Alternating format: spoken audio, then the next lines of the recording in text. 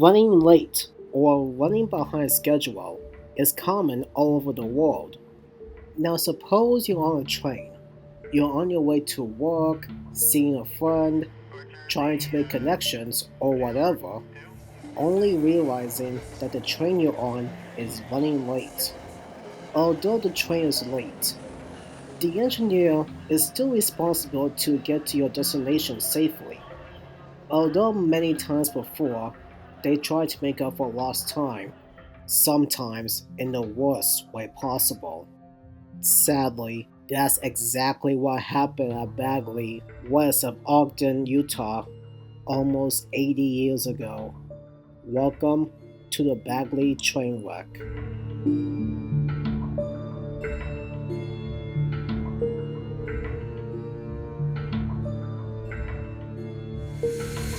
On New Year's Eve of December 31st, 1944, two Pacific Limited trains were at Ogden Union Station getting ready for departures. First 21 Pacific Limited is scheduled to depart first, and second 21 Pacific Limited is due to depart a few minutes after first 21. First 21's train consists with Southern Pacific Class GS3 number 4425, pulling 18 cars, including a mail storage car, a baggage express car, baggage mail car, two more baggage express cars, two military hospital cars, 7 coaches, and 3 sleepers with soldiers, military personnel, people from the Army, Navy, and civilians, and many, many more were on board.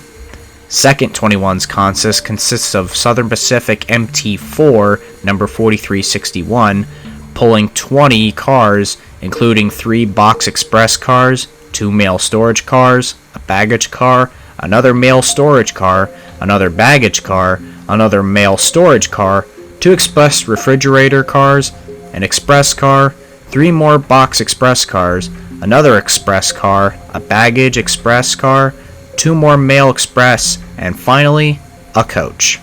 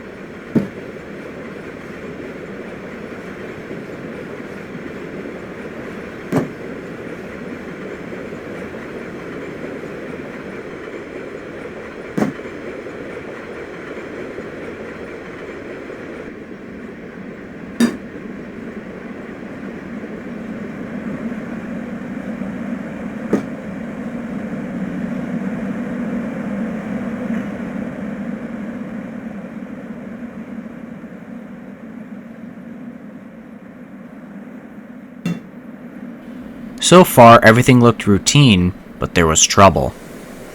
Up ahead, at Bagley, a heavy freight train was having problems moving its train along the lines, so both Pacific Limited trains would have to slow down and eventually come to a stop until the freight train clears the area.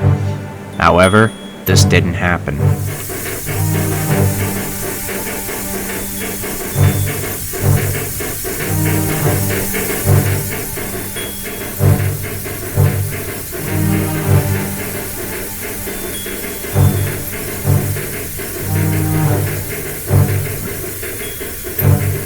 First 21 crawls through at 8 miles an hour and stopped by a flagman of the freight train and waits for instructions, while the flagman of First 21 waits at the rear of the train to flag down Second 21.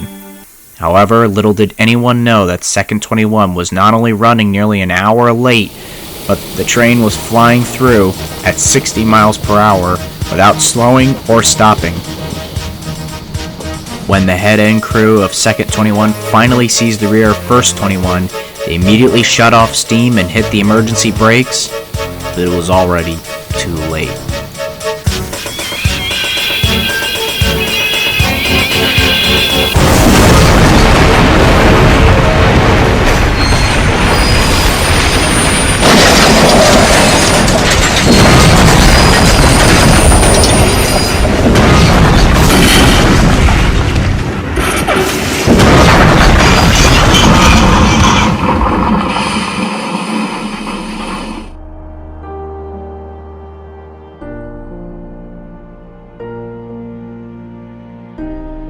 Second 21 slams into the back of First 21 at 5:14 a.m. The collision was devastating.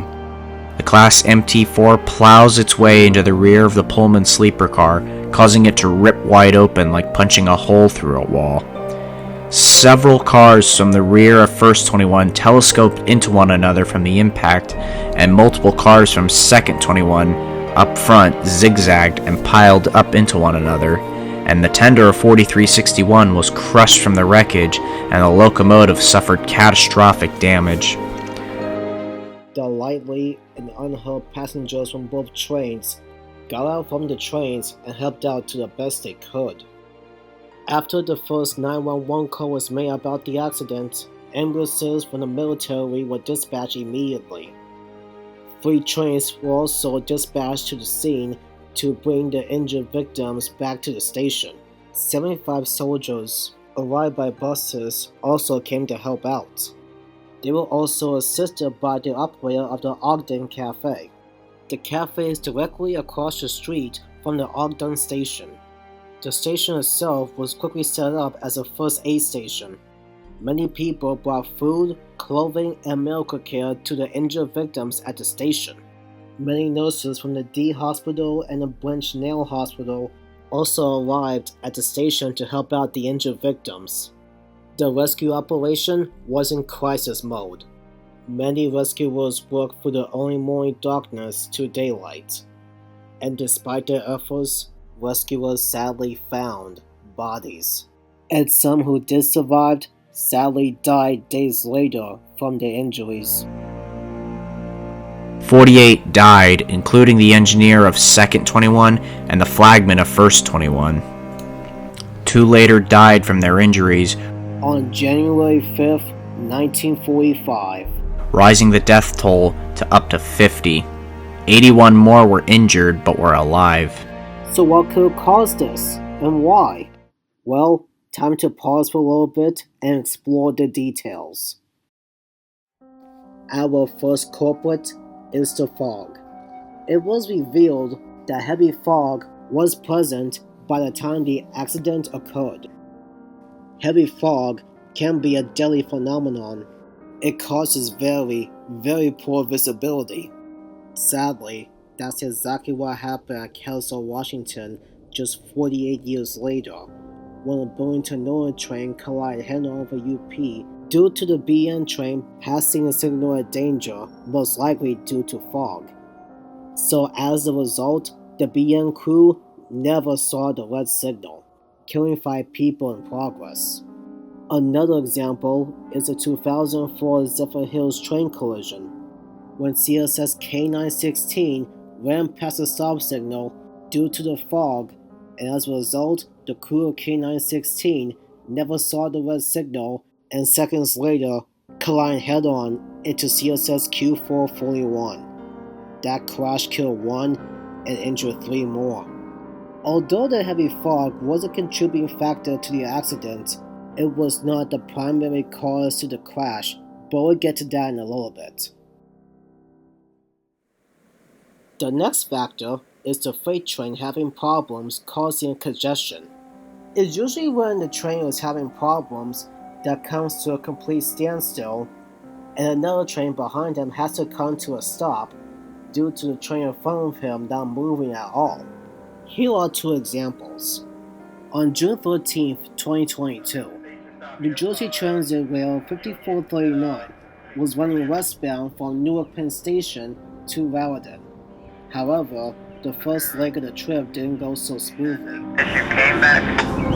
Here, same thing just happened. My engine just shut down. The engineer on 5439 reported to the dispatcher that the lead engine, which was also brand new at the time, was experiencing technical difficulties, mainly keeps on shutting down.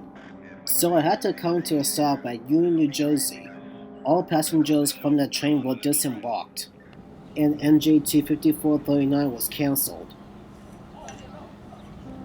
Soon after, NJT 5441 was coming right behind the broken down train.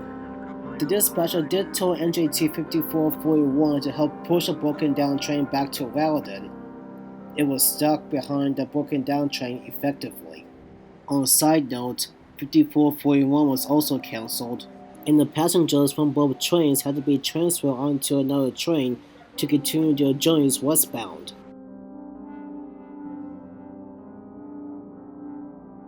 Here's another example.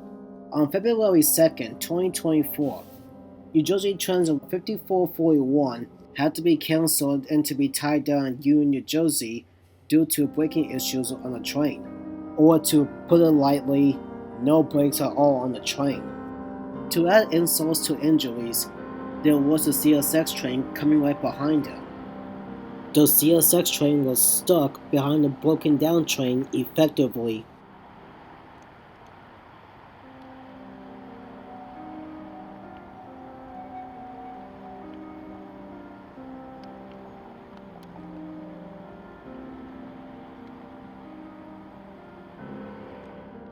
Now let's move on to the primary cause.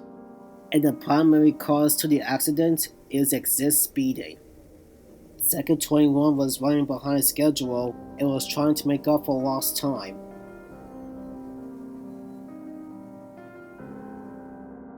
Although the emergency brakes were applied, it was shockingly discovered that the engineer on Second 21, just seconds before an impact, quote-unquote, died at the controls due to a heart attack.